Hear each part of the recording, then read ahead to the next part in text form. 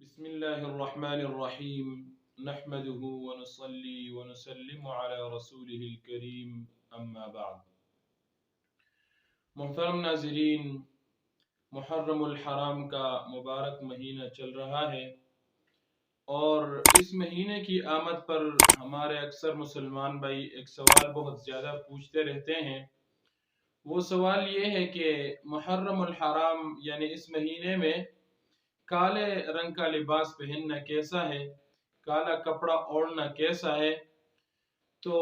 شرعاً شریعت مطہرہ میں کالے لباس پہننے پر کوئی ممانعت نہیں آئی ہے،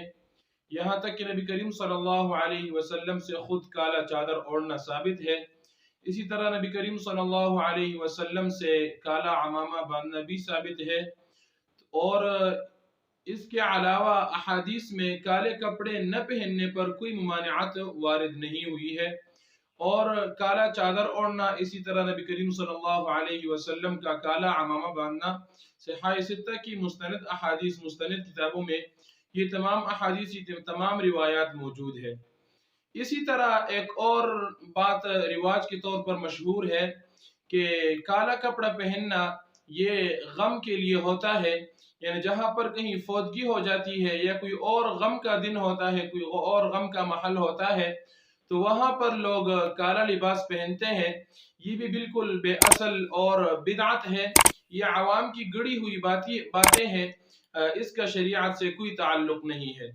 اس کے علاوہ کالا کپڑا پہننا، جس طرح کہ میں نے پہلے ذکر کیا کہ اس کے ممانعت پر شریعت مطہرہ میں کوئی حدیث اس طرح کی ثابت نہیں ہے،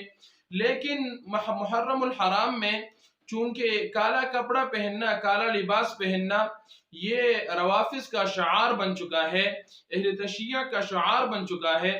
اس بنا پر اس مہینے میں اگر کالا کپڑا پہننے سے اجتناب کیا جائے، احتراز کیا جائے تو یہ بہتر رہے گا۔ اسی طرح ان علاقوں میں جہاں پر کالا کپڑا پہننا غم کے طور پر مطلب وہاں پر یہ رواج بن چکا ہو کہ غم کے طور پر لوگ کالا کپڑا پہنتے، کالا لباس پہنتے ہیں، تو اس موقع پر ان علاقوں میں بھی کالا کپڑا پہننا، اس سے بھی احتراز اور اجتناب کرنا چاہیے۔ اللہ تعالی ہم سب کو دین حق کی سمجھ عطا فرمائے۔ وآخر دعوانا ان الحمد للہ رب العالمین۔